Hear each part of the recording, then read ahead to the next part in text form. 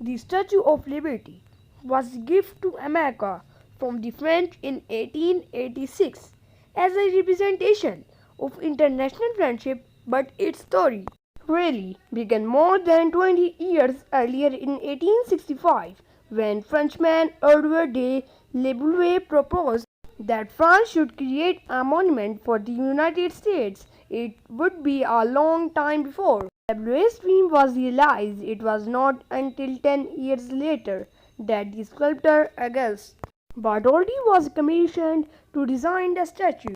The American people agreed to pay for the pedestal for the statue to stand on, while the French people would fund the Statue of Liberty itself, but raising enough money was difficult. The statue was completed in France in 1884, almost 10 years after it was commissioned. But the pedestal was not finished for another 2 years. In April of 1886. The statue was transported in 350 individual pieces, which were packed in 214 separate crates. Once the pedestal was completed, it took 4 months to assemble the statue.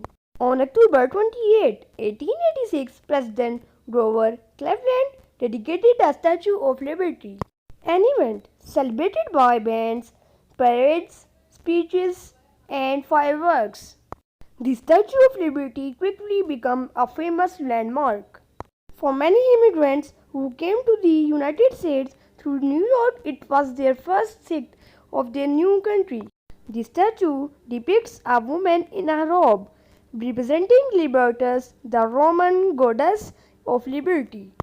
She has a crown on her head with 7 points said to represent the 7 seas or the 7 continents of the earth. She is holding a stone tablet in one hand which reads July 4, 1776 in Roman numerals, honoring the date of the signing of the Declaration of Independence. In her other hand, she holds high a flaming torch covered in gold leaf.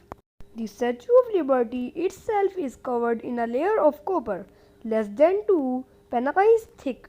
The statue weighs 450,000 lbs or 225 tons and stands over 151 feet or 46 meters high, not including the pedestal she stands on.